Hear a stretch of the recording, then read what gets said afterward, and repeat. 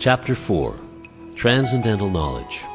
The personality of Godhead, Lord Sri Krishna, said, I instructed this imperishable science of yoga to the sun god, Vivishwan, and Vivishwan instructed it to Manu, the father of mankind, and Manu in turn instructed it to Ikshvaku. This supreme science was thus received through the chain of disciplic succession, and the saintly kings understood it in that way.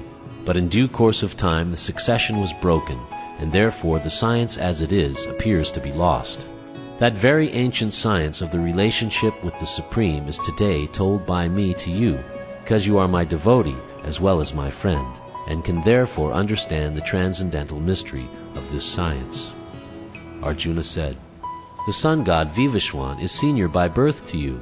How am I to understand that in the beginning you instructed this science to him?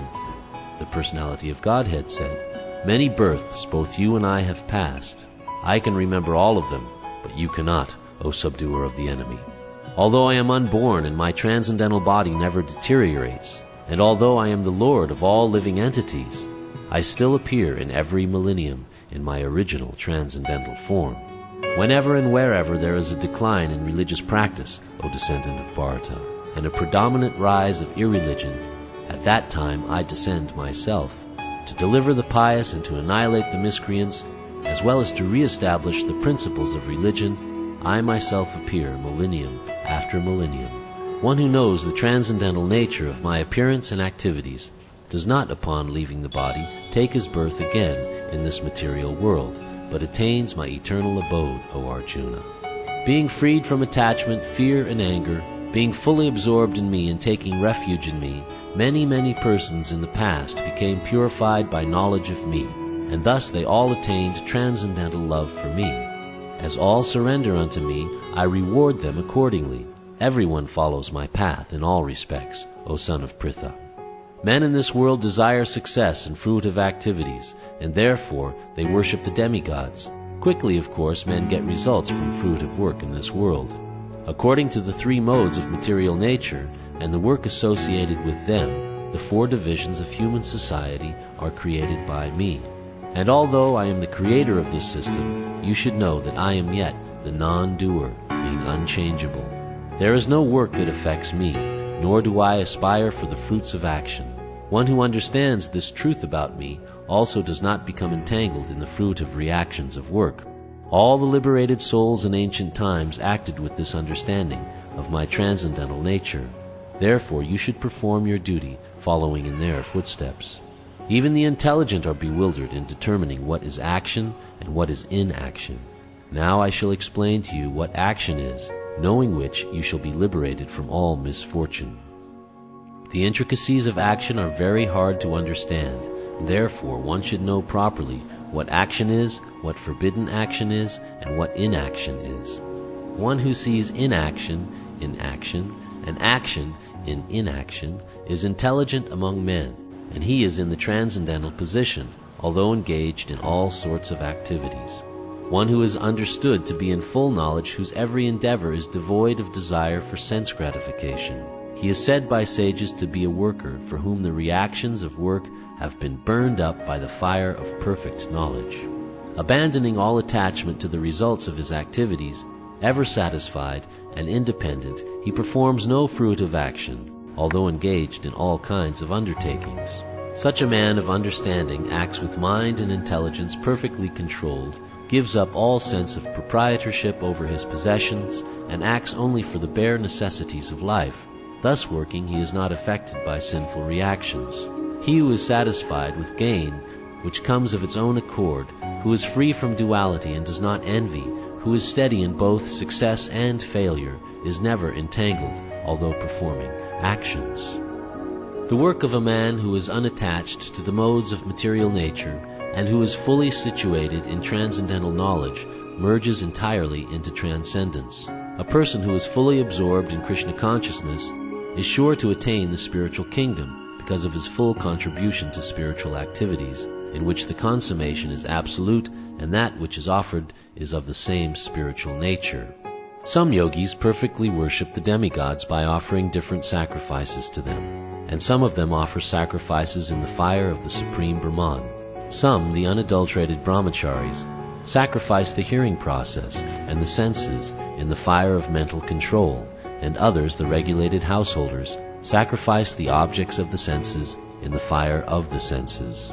Others, who are interested in achieving self-realization through control of the mind and senses, offer the functions of all the senses and of the life breath as oblations into the fire of the controlled mind.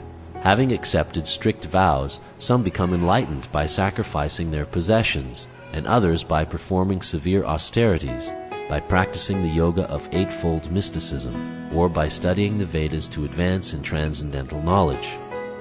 Still others, who are inclined to the process of breath restraint to remain in trance, practice by offering the movement of the outgoing breath into the incoming, and the incoming breath into the outgoing, and thus at last remain in trance, stopping all breathing. Others, curtailing the eating process, offer the outgoing breath into itself as a sacrifice. All these performers who know the meaning of sacrifice become cleansed of sinful reactions, and having tasted the nectar of the results of sacrifices, they advance toward the supreme eternal atmosphere. O best of the Kuru dynasty, without sacrifice one can never live happily on this planet or in this life. What then of the next? All these different types of sacrifice are approved by the Vedas, and all of them are born of different types of work. Knowing them as such, you will become liberated. O chastiser of the enemy, the sacrifice performed in knowledge is better than the mere sacrifice of material possessions. After all, O son of Pritha, all sacrifices of work culminate in transcendental knowledge. Just try to learn the truth by approaching a spiritual master. Inquire from him submissively, and render service unto him. The self-realized souls can impart knowledge unto you because they have seen the truth. Having obtained real knowledge from a self-realized soul, you will never fall again into such illusion. For by this knowledge you will see that all living beings are but part of the Supreme, or in other words, that they are mine. Even if you are considered to be the most sinful of all sinners, when you are situated in the boat of transcendental knowledge, you will be able to cross over the ocean of miseries. As a blazing fire turns firewood to ashes, O Arjuna, so does the fire of knowledge burn to ashes all reactions to material activities.